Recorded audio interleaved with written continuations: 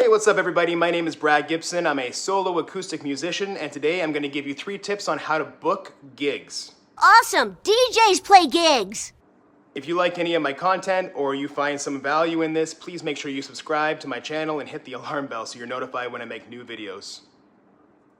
So, tip number 1 on booking new gigs is to make sure that you understand that there is a business element to being a professional musician. Business.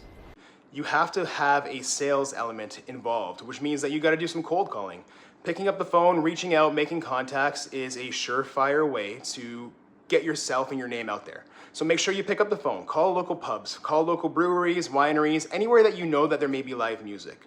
Call, let them know what you're all about, let them know what they can expect, give them some links or some ideas on where they can find your content so they know what you would bring to the table, and then just put it out there that you're open for opportunities. And say that you'd love to hear back. Make sure that they have your contact information. So that's your email, phone number, whatever the case may be. Just a way to reach back in case whoever you're talking to on the phone may not be responsible for booking. But make the calls. It's no different than if you're a salesperson. You want to pick up the phone, make cold calls. For every 10 places you call, you might get 8 rejections and 2 opportunities. But if you don't make that call, you're going to get none. Wayne Gretzky, you miss 100% of the shots you don't take. Wayne Gretzky! Tip number 2 is about your social media presence.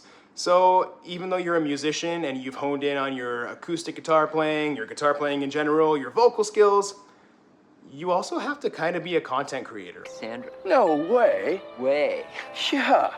You should have a nice landing page, whether it's through Instagram or a website itself, even YouTube, something where you can guide people electronically to your content. And I know there's a lot of people out there who say, I don't use Instagram, I would never use Instagram, but you kind of have to. Instagram is actually a really strong place to network with people and to network with companies. A lot of places are putting their content directly on Instagram because it drives people in. I would highly recommend that if you don't have an Instagram page right now for your own acoustic musician setup, you should.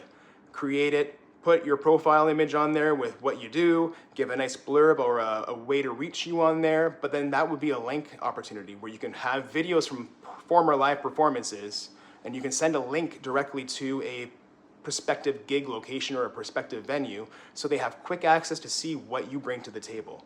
Again, you're an artist, you're a musician. It kind of sucks that you have to be a content creator and have a website or all that kind of other stuff on a social media standpoint, but you kind of need it. It does help. In fact, for me, most of my gigs come through Instagram.